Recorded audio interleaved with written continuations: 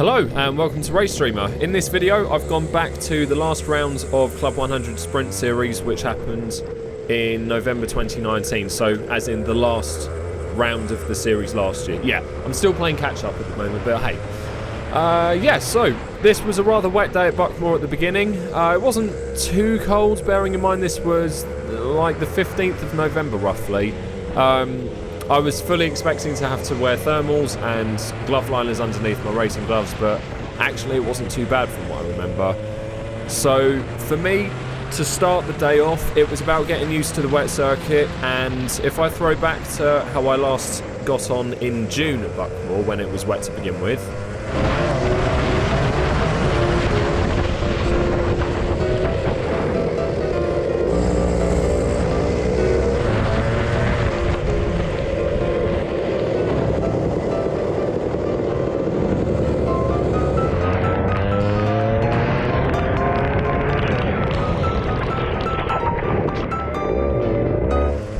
then my aim was simply to not drive as erratically and out of control as that, because in that race I started on pole and finished 15th, which was, I think, my worst race last year. So I was here in the test session at the moment, still testing the limits. I figured if I was going to make any mistakes, then it was going to be before the first heat. So this was the 4 or 5 minutes that we get before the first heat taking place here. Jumping forwards to the race start, where I was lining up 5th, and I was feeling happy by this point, having established where the grip was. I tried a few different lines, so going across the line, my aim was just to keep it tidy, mostly try and stay on the inside and keep positions, but I got drifted out wide, and then I lost a fair few number of places. So it wasn't the best start to the first heat of the day, but it could have been a lot worse. Again, it was just a case of trying to stay out of trouble, mostly avoid contacts with people, and hopefully that would result in gaining places largely. So still in roughly the same place that we were to begin with, having gone up 1 position, which is pretty good. We've got Mike Hopping ahead, who's a very decent driver overall, so I was about to say my aim was to try and stay behind him and follow him. However, yeah, you can see that didn't really happen, and it was mostly a case of me fighting the kart to try and keep it gripping to the small extent of grip that was available. Racing with slick tyres on a wet track is definitely an interesting challenge in Club 100, and I'm kind of glad that they do it rather than trying to faff about changing over tyres to wet, considering they don't have the guys or the crew available to be able to make a realistic switch over of tyres happen in a short time periods. Then yeah, it's an interesting challenge, but it definitely teaches you a lot about kart or car control. And I've clearly still got a bit to learn in this video, because you can see I've dropped well off the back of the 3 in front of me. You've got a bit of a concertina effect going into the corners, but ultimately I'm still down on pace. However, maintaining 4th position, which is good. Really fighting the kart under brakes though, so that was an area when I watched back the video following this race that I realised that I could improve on, where I was being a bit too late or hard on the brakes during the wet conditions, and it meant that I was getting the back out coming into corners, so mostly trying to fight the kart rather than letting the front push out like it would be understeering. So what I changed for when I went back to Buckmore the other day actually is I made sure that when I was going into corners in the wet, which it was the other day, that I made sure the front was pushing, and frankly that's a safer way of driving, because you're not going to spin, you just might kind of not turn, I suppose, if the front of the kart just doesn't grip at all. There's no easy way around it in the wet, you just, trying my best as per. Jumping forward through quite a few laps, because I managed to maintain 5th position after I got overtaken by the guy that you would have just seen. You can see I've dropped off the back of him as well, but again it was just a case for me of getting through the race without spinning, in comparison to the first heat that I had back in June. I realised if I didn't spin, then I would mostly hold position. So currently in 5th, which is where I started. I didn't know this at the time, but I figured it was going okay because I'd kept it on the black stuff. And then getting overtaken by Chris Powell here. He was so much quicker. I can't remember where he started actually, but it was well down the field. I spoke to him the other day about it. Excuse me. Had a couple of gigs at the weekend and my voice is a bit rough. But anyway, I spoke to Chris at the weekend, and he remembers his first heat from November as well, because he had a storming drive. He might have started he can't have started 17th, but he must have started 15th or 16th out of the runners in this race, and he managed to get up to 5th by the end. As you can see, he's holding position in front of me, which is really decent for him, and I just didn't have an answer for him through these hairpins. I remember watching this back and just seeing especially the line that he takes in this corner here, and how he managed to rotate the cart a lot better in the middle of the corner. So he just massively fired it away on the exit, and in these two corners as well, this little left-right, just the gap has opened up so much. So it was good being able to watch this back and see the difference in our approaches of these corners, and how I could find a lot of time by, frankly, copying a guy that's a lot better than me. And this took us through to the end of the race. Just managed to hold 6th position. Mostly a drama-free race. Lots of fighting with the cart, so still had a bit of work to do in terms of my wet driving, even though this was my local circuit and I thought I knew the wet lines pretty well. It goes to show that there was still a fair amount of progress to make. So finishing 6th, it was a decent start to the day, losing 1 position on where I started, but at the time I was extremely satisfied with that. I thought, I'll take that, that's a solid beginning, and I'll try and make up some places in the other races. On to Heats 2, starting a bit further down the pack in this one on a much dried circuit. It's still damp in places. The thing with Buckmore Park is that the first corner never dries up. Well, I say never, but it takes a long time to dry up. So as you can see, it's still real slippery here. Unfortunately, getting bumped out wide, so again, lost a few positions at the start. But my priority again was trying to stay out of trouble and mostly keep away from contacts with people. It's kind of impossible to stay completely clean from contacts, especially in these wet conditions, because you'll get drivers braking in different places, trying to take different lines. It's not one uniform line in the wet. There might be one quicker one, but it's not as apparently obvious as the dry racing line is anyways. So battling through the pack here, trying to regain some of the positions that I lost at the beginning, and it's tricky. Buckmore's a tight circuit, so trying to find space to overtake people is hard on the whole. This corner though, Gaza, that's a good overtaking spot. I do like going up, lunging up the inside of people there if it works, and thankfully I took a bit of a gamble that lap because I knew it was still wet in places, but there was enough grip on the inside to make that work. I was hoping I wasn't going to plough straight down the inside of someone, like I just did there actually. So nowhere near as much grip on the inside as I hoped there might be on turn 1 there, but that makes sense with what I said at the beginning of the video. But it goes to show, if you take the normal racing line, there is definitely nowhere near as much grip, even on a slightly drying circuit, because I managed to get 2 guys in one corner there just by being able to accelerate up the middle of the road rather than on the wide exit of the dry line. And yeah, coming down to the bottom part of the circuit, this dries up a lot quicker at Buckmore, so especially this turn, I normally notice with the bottom corner, I think it's called Paddock, that if anywhere's going to dry first, it tends to be that place. Which would actually bite me when it came to doing the endurance race the other day, because, yeah, it was very, very localised rain, so I definitely didn't expect that the other day in the endurance race. Coming on to the back of Ollie Flashman and a couple of others here, we've got a spinner just off to the left of picture there, so picking up another position. So it's going all right at the moment. I've gained a couple of positions up on where I started. Again, trying to keep it clean, but unfortunately rubbing up against that guy a little bit there just because the grip's still not ideal. Losing a fair bit of time coming out of the second hairpin because I managed to get on the wet part of the track. And like, here's the difference between certain lines you can take during the wet and me just getting on the wet patch of the tarmac here, losing a fair bit of time there. So it goes to show that sometimes, rather than jostling for position outright, which is definitely what I was doing on this day back in November, where I was basically looking for every single gap and going for it 100% of the time, which you'll see in a minute actually. Sometimes it's better just to sit behind a driver, and here is why I was saying that. Going for a really ambitious move around the outside, yeah, and that didn't work.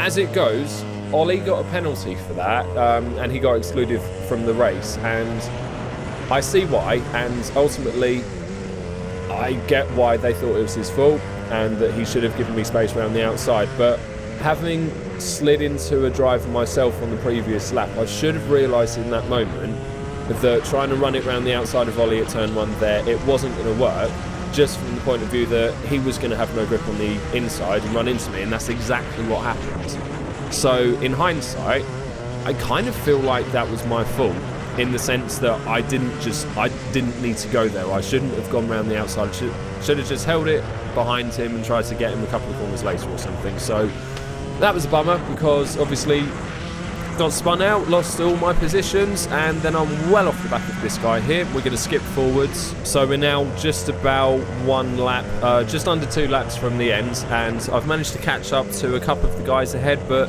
largely the race is pretty spent, to be honest. Like, I was too far off the back of the rest of the pack to actually make any decent progress. And I have to say, I just got lucky at this corner here, because the guy spun in front of me. He just got his wheels on the wet part of the circuit and obviously brakes, and that just sent the kart round. And that was it for the race from then on. Jumping forwards another lap, then we're just coming up to the finish here. I've managed to maintain 13th place over the last lap. Caught some of the guys ahead again, but it's all too little too late, really. So not a great race overall. And looking back at it, it's something that I learned from just trying to race a bit smarter, not going for a gap when there is one, but sometimes just biding your time a bit more. On to heat 3 now. The track had dried a bit more, but not massively, and we were in the middle of the pack again, so knew it was going to be a fairly tricky race again. Just trying to keep it clean off the start, but unfortunately this race was a full start. You'll see what happens, just all of us get sandwiched together. Unfortunately, too many people try coming in on the inside, someone spins ahead, and yeah, that was that. So thankfully they called a full start, otherwise my race would have been pretty much spent again. Actually squishing Loic into the barriers there, because I was on full lock and just didn't have the grip to get around myself. So I'm glad for his sake as well that they called a full start, because there was nothing I could do there. I was turning as much as I could. He was on my outside, and that was it. Just giving the guy the thumbs up there that I was happy that they were calling full starts and going to bunch us up again. So on to attempt 2. My plan this time was to try not to get bumped by people on the inside. So I thought I'd try and stick it around the outside, but then I decided to go inside of one guy, and then I got nudged, and then yeah, lost all the places. So back to the back again. That was close. Just managing to avoid, I think that's Nick Hoyle just there.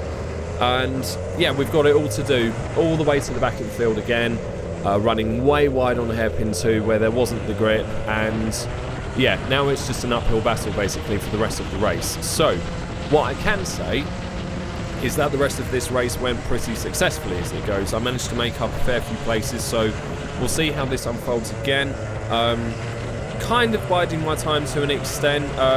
Oh yeah, I say that, but that was a fairly ambitious move. I remember making that and then thinking, okay, I made contact with the guy, I'll just back off. But thankfully, then got a couple of guys on the next corner just because they ran a bit wide, and I managed to send it up the inside, which is good. So, yeah, up to 14th at the end of lap 1 from the back. That's something at least. Ambitious move on the inside from someone there, losing out. He sent me wide onto the paint, so didn't have any grip out there, which was not great. And a bit of foreshadowing here, I probably should have realised that going through the rest of the race, that I'd already been on the paint and there just wasn't the grip there. But hey, we'll see what happens later on.